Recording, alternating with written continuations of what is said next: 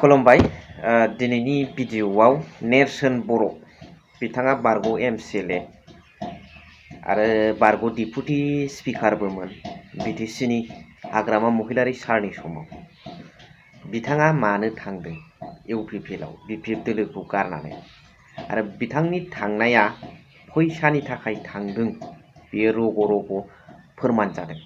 बे भिडिअनि गेजेरजों नोंथांमोना मिथिनो मोनगोन। बेजों लोगोसे मानाव गेदेर सीएम अफ बिटिआर प्रमद बर' बिथाङा मानो बिटिआरआव लाइमोनफोरनो साख्रि नाङा होननानै आसाम गभर्नमेन्टनो हरफिनदों, मानो बड'लेण्ड नाङा होननानै दिल्लीयाव सिगनेचार होनानै फैदों, बे खोथाखौ दिनैनि भिडिअनि गेजेरजों दामाखायै सावरायगोन। So' hello' everyone, once again welcome back to the channel. दिनैनि गोदान भिडिअ नोंथां बयखौबो गोसो गोथारै बरायबाय। लोगोसे आसा खालामो इसोरनि नोंथां बयबो मोजां दं। स' गिबियावनो नोंथांमोना पद्मश्री अवार्ड मोननाय भारतनि हादरगिरि प्रेसिडेन्ट अफ इन्डियानि आखाइजों द्रौपदी मुर्मु मेडामनि आखाइजों सासे डक्टर अनिल कुमार बर' बिथाङा पद्मश्री अवार्डखौ आजावो। बे जोंनि थाखाय जोबोद बाख्नायथाव हाबा। बिनि ससे भिडिअ क्लिप्सखौ नोंथांमोना नायलांग्रोदो, बिनि उनाव मेन पॉइंटआव फैनोसै। प्रोफेसर अनिल कुमार बोरो, साहित्य एवं शिक्षा।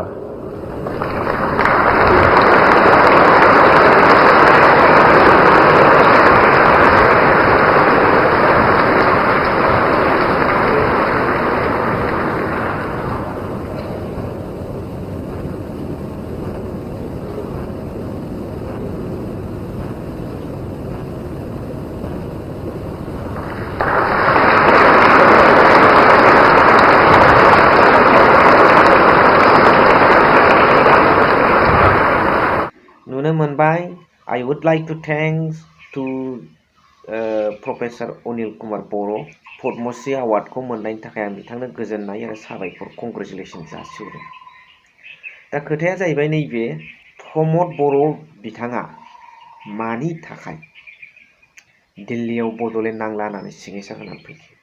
खोथाया दा नेरसोन बर' बिथाङा हाग्रामा महिलारी सारनि समावहाय सासे डिपुटि स्पिकार जानानै लोगोसे सासे गोख्रों दैदेनगिरि महरै बिपिएफनि दैदेनगिरि महरै मुंदांखा जादोंमोन, बयबो मिथिदोंमोन। आरो हाग्रामा महिलारी सारनि अननायावनो बिथाङा गोबां नेता जानायनि गुनखौ आरजिनानै लानो हादोंमोन, नेता जादोंमोन। नाथाय बेबादि सासे बिफा स्वरुप हाग्रामा महिलारी बिथांखौ नागारनानै बिपिएफखौ नागारनानै इउपिपिएल दोलोआव हाबफैनायनि खारना जाहैबाय थाखानि नङाबा बे बिफा स्वरुप हाग्रामा महिलारी बिथांखौ नेरसोन बर'आ नागारनांगौनि खोथायानो फैया, प्रश्नआनो फैया, ओंथियानो गैयामोन, मिनिंलेस।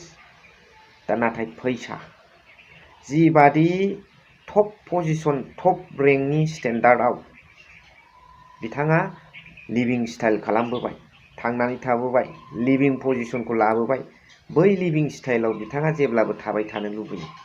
नाथाय 5 बोसोरा आनलाकिलि बोरैबा देरहादोंब्लाबो बिपिएफ दोलोआ गभर्नमेन्ट दायाखिसै।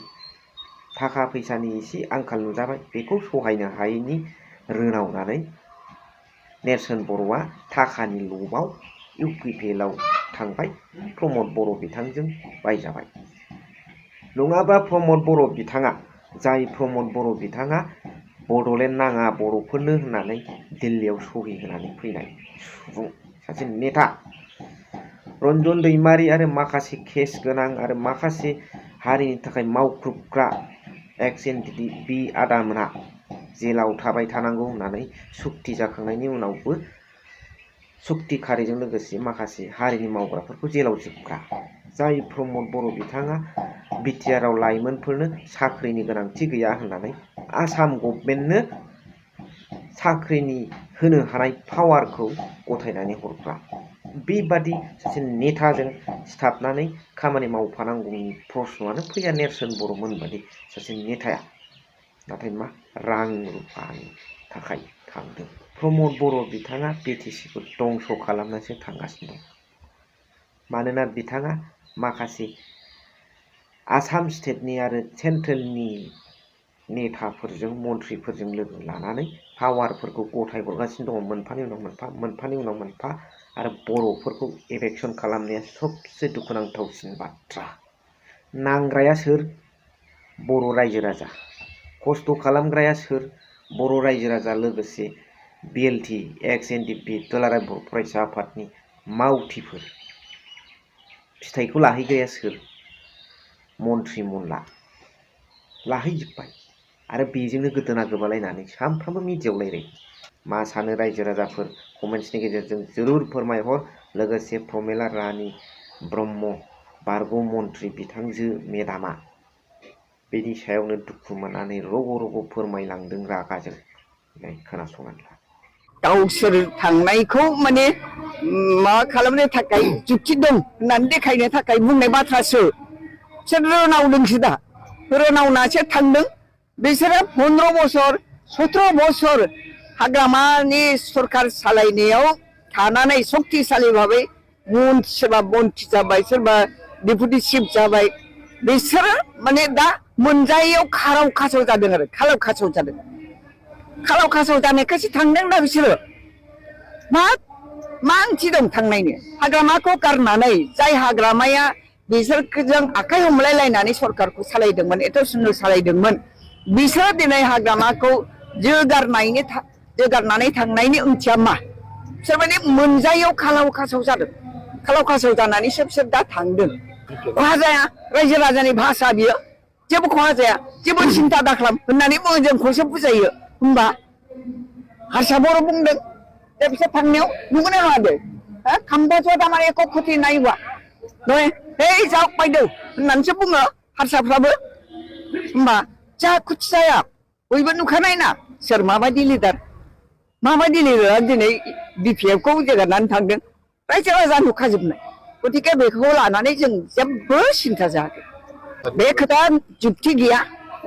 हाग्रामा महिलारिया माने सुक्ति खालामनाया जों एबसुनि आन्दलन आरो बिएलटिनि आन्दलनजों जानाय बे सोमावसारनाय समाव बे जोंनि नर्थ इस्टआ अशान्त जानायखाय माने दिल्ली सरकारा जों माने हाग्रामा महिलारिजों आल'सना बिल'सना खालामनानै सुक्तिखौ खालामदों।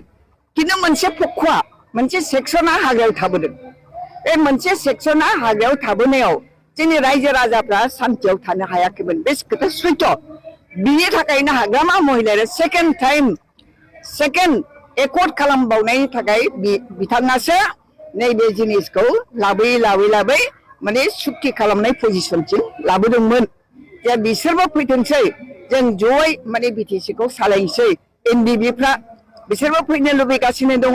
मानो जोंनि माने बिटिसि ओनसोलनि माने दावहा नांग्राफ्रा मानो हाग्रायाव थाबाय थानो, शान्तिनि परिबेस लाबोनांगौनि प्रयोजन दं होननानै हाग्रामा महिलारियासो बे सुक्तिखौ खालामनायनि थाखाय गासिबो लाहार फाहार खालामनानै फाइनाल स्टेजाव लाबोदोंमोन। खिन्थु उनाव माने मोनसे राजखान्थिनि माबा खैसारियाव गोग्लैनानै हाग्रामाखौ एकदम जोगारनानै प्रमद बर'आ माने एबसुखौ लानानै एबसु कर्मिखौ लानानै फोथाराव आन्दलन खालामनाय देखायोमोन नालाय, पिएसअ लालायलायनानै पुलिस लालायलायनानै, दा बेखौ नुनानै माने प्रमद बर'खौ थिखांनानै लांदों आरोखि। नङाबा हाग्रामानिसोमोन बे पलिसिया। नुनो मोनबाय, खोनानो मोनबाय। भिडिअखौबो आं एसेखिनियावनो फोजोबनो सानबाय। आसा खालामबाय नोंथांमोना नायनानै कमेन्ट्स हरगोन। स' थेंक इउ भेरि माच फर वाचिं। लाभ।